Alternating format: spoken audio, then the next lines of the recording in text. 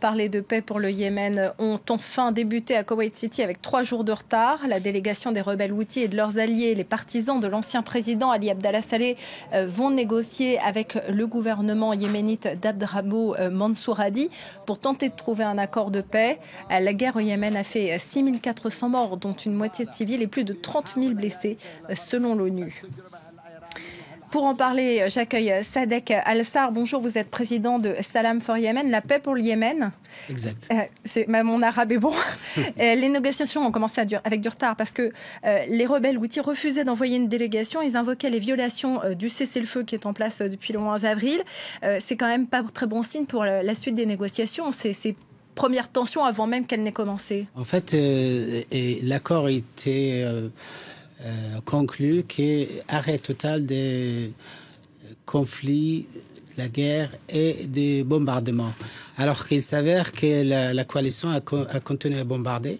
C'est pour cela qu'ils ont exigé qu'il y ait un arrêt total de la guerre et aussi des bombardements. Vous êtes optimiste sur ces négociations? Vous pensez que ça va déboucher sur quelque chose? Oui, cette fois-ci, c'est très grave. Il y a une pression énorme de la part des Nations Unies, de tous les ONG, parce que la situation humanitaire est beaucoup plus grave qu'on en parle jusqu'à maintenant. Alors que les ONG n'arrêtent pas de sonner l'alarme. Pour vous donner une idée, aujourd'hui, on a presque plus de 14 millions de personnes qui sont dans la situation d'insécurité alimentaire. On a 1,5 million enfants qui souffrent de malnutrition et on a 10 provinces, de 22 provinces au Yémen, qui sont dans la situation d'urgence. Et c'est la situation avant la famine.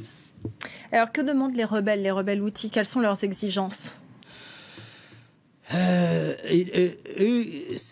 L'arrêt total de bombardement et puis aussi le lever des blocus ou l'embargo que les Yéménis souffrent beaucoup plus, ou alors on peut dire que c'est la cause la plus grave des meurtres et des malnutritions au Yémen. Alors, s'il y a un accord, il ne concernera que les rebelles houthis et leurs alliés, ainsi que le gouvernement du président Hadi. Malgré tout, il y a aussi d'autres protagonistes à cette crise. Ce sont des groupes djihadistes qui, eux, ne respectent pas le cessez-le-feu qui est en cours en ce moment. Quelle va être leur influence sur ces négociations? À mon avis, si l'Arabie Saoudite est sérieuse, parce qu'il faut dire que vraiment l'Arabie Saoudite a une part très importante dans le conflit. S'ils sont sérieux cette fois-ci, si la pression des États-Unis, des ONG, de la Commission des Nations Unies aboutit à quelque chose, là, on va arriver à un paix durable au Yémen.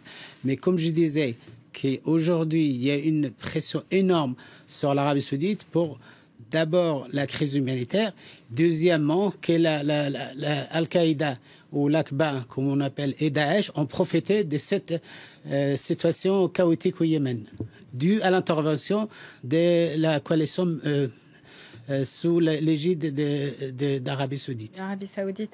Merci beaucoup, Sadek Al-Sar. On reviendra évidemment dans les jours qui viennent sur ces négociations de paix au Koweït pour le Yémen. Les membres de l'opposition